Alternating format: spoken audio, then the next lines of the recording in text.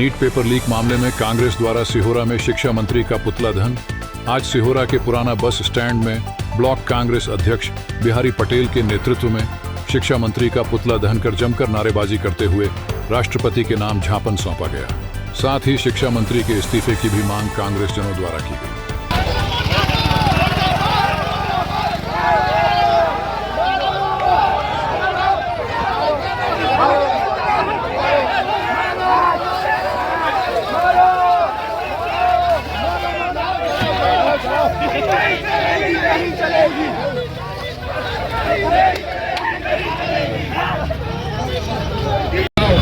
NEET परीक्षा घोटाले 23 लाख छात्रों के भविष्य के साथ खिलवाड़ करने वाली भाजपा सरकार और उसके शिक्षा मंत्री धर्मेंद्र प्रधान और साथ में नरेंद्र मोदी आज पूरे देश में, जैसा कि कहते हैं कि प्रजातांत्रिक देश में जो शासन होता है जनता का, जनता के द्वारा और जनता के लिए, लेकिन आज पूरे देश की जनता धर्मेंद्र प्रधान का इस्तीफा मांग रही है, लेकिन नरेंद्र मोदी मूक दर्शक बन के बैठे हुए हैं, छात्रों के भविष्य के साथ खिलवाड़ कर रहे हैं। साथियों, बताना चाहता हूं कि जो 21 छात्र छात्राएं आत्महत्या किए हैं, उनके माँ बाप ने कर्ज लेकर उनको पढ़ाने का काम किया था, अपने सपने संजोए थे कि ये पढ़ लिख कर डॉक्टर बनेंगे और हमारे परिवार की तरक्की करेंगे। लेकिन ये नरेंद्र मोदी की जो सरकार है, 2014 से अभी तक 152 पेपर लीक हुए हैं।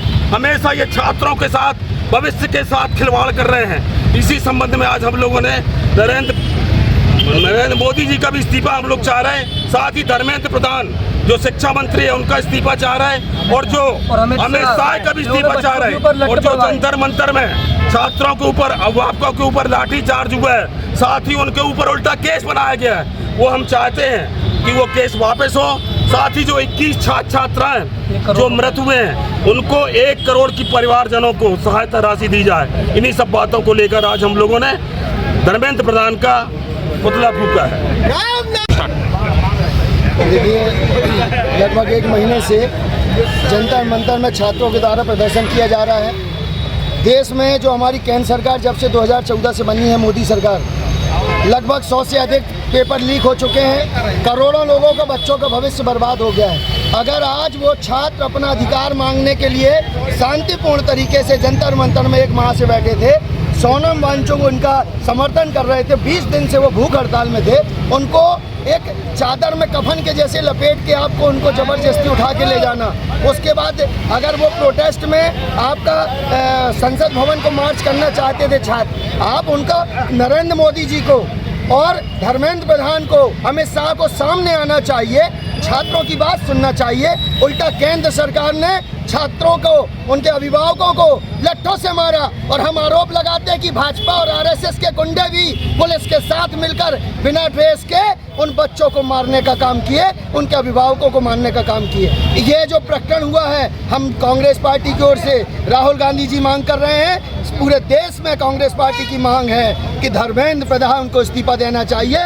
लेकिन अब हम चाहते हैं कि नरेंद्र मोदी, जिसके राज में लगातार ये हो रहा है, वो भी इस्तीफा दे और अमित शाह इस्तीफा दे। जो बच्चे खत्म हुए हैं पेपर लीक के कारण, उनको 1 करोड़ का मुआवजा दिया जाए। ये जो लाठी चार्ज हुआ है और उल्टे उनके ऊपर केस बनाए गए हैं, इसकी जांच कराई जाए और जो केस बच्चों के ऊपर बने हैं आप वो वापस लीजिए और छात्रों के साथ बैठ के, सरकार को, विपक्ष के और छात्रों के साथ बैठ के इसका समाधान निकालना चाहिए और आने वाले समय में पेपर लीक ना हो। आपको ऐसी कोई व्यवस्था बनानी चाहिए ताकि बच्चों का भविष्य बर्बाद ना हो। जय